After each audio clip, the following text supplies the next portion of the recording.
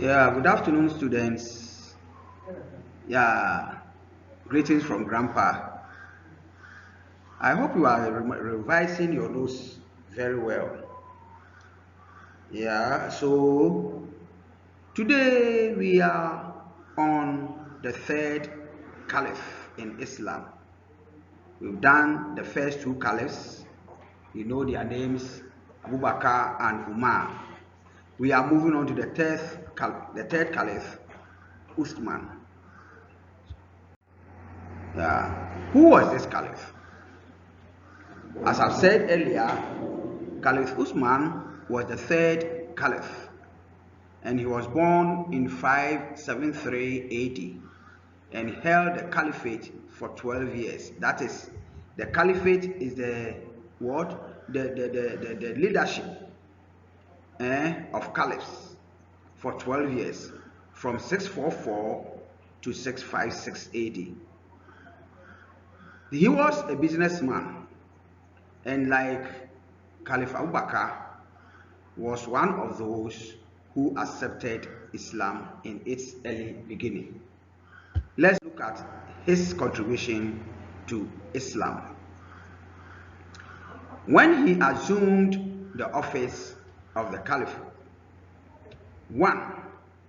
He sought to bring into harmony the various differences that was in the recitation of the Quran, especially among the conquered areas. You know, when Umar came, he conquered so many, countries and brought them and allowed them to become Muslims. You can refer from your notes. And so those people who came, the Quran that was given to them were, in various divisions or differences.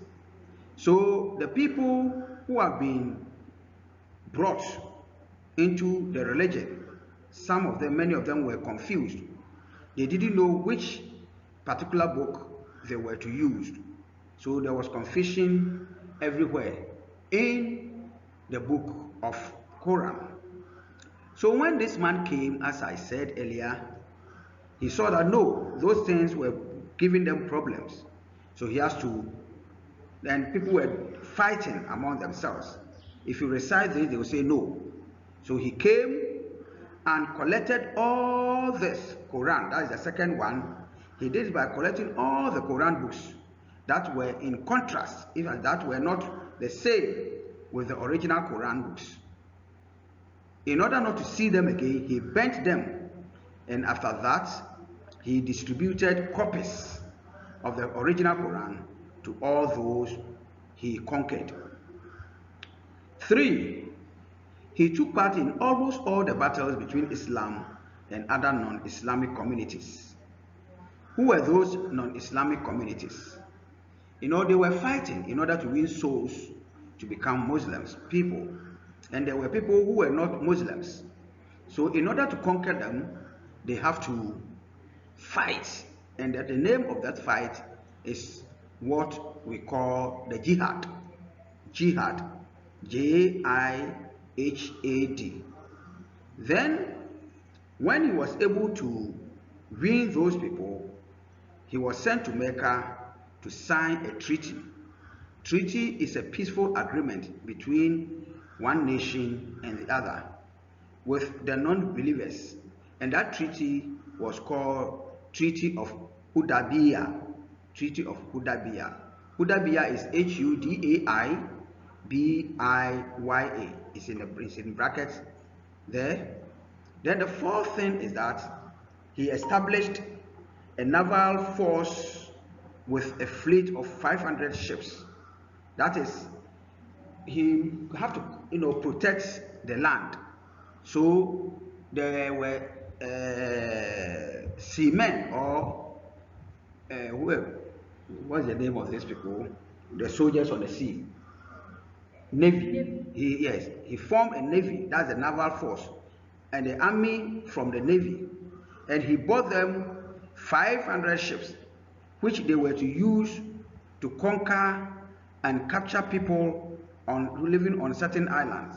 Some of the islands were Cyprus, Libya, and Afghanistan.